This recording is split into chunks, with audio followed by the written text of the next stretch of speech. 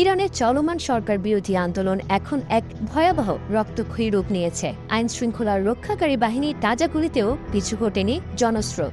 উল্টো নতুন নতুন এলাকায় দাবানলের মতো ছড়িয়ে পড়েছে এ বিদ্রোহ। হাসপাতালের করিডোরগুলোতে এখন তিল ধারণের ঠাঁই নেই। মর্গের শীতল প্রকোষ্ঠগুলো লাশে ঠাসা। চিকিৎসকের ভাষ্যমতে নিহতের তালিকায় সিংহভাগই তরুণ, যাদের বুক ও মাথা লক্ষ্য করে সরাসরি গুলি চালানো হয়েছে।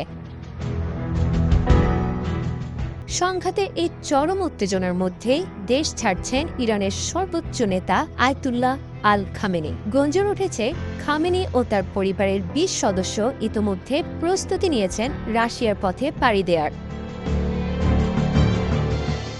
তবে এই গুঞ্জনের আগুনে জল ঢেলে দিয়েছে ভারতের ইরানি দূতাবাস। এক কড়া বিবৃতিতে তারা এই খবরকে ভিত্তিহীন ও শত্রু রাষ্ট্রের অপপ্রচার বলে উড়িয়ে দিয়েছে।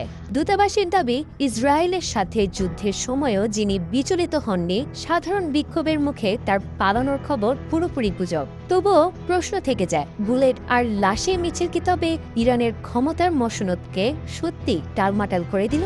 এই আগুনের শেষ কোথায়, তা এখন কেবল সময়ের অপেক্ষা।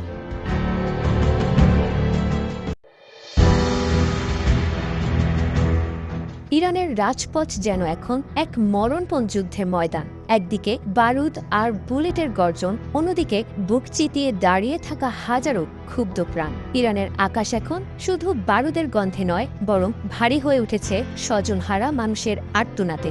দমন পীড়নের চাকা যত ঘুরছে, বিক্ষোভের আগুন ততই ছড়িয়ে পড়ছে অলিগলি থেকে রাজপথে। কিন্তু এই চরম অস্থিরতার মাঝে সবচেয়ে বড় প্রশ্নটি এখন বিশ্বজুড়ে ঘুরপাক খাচ্ছে, তবে কি পতনের ঘণ্টা বেজে গেছে খামেনি সাম্রাজ্যে?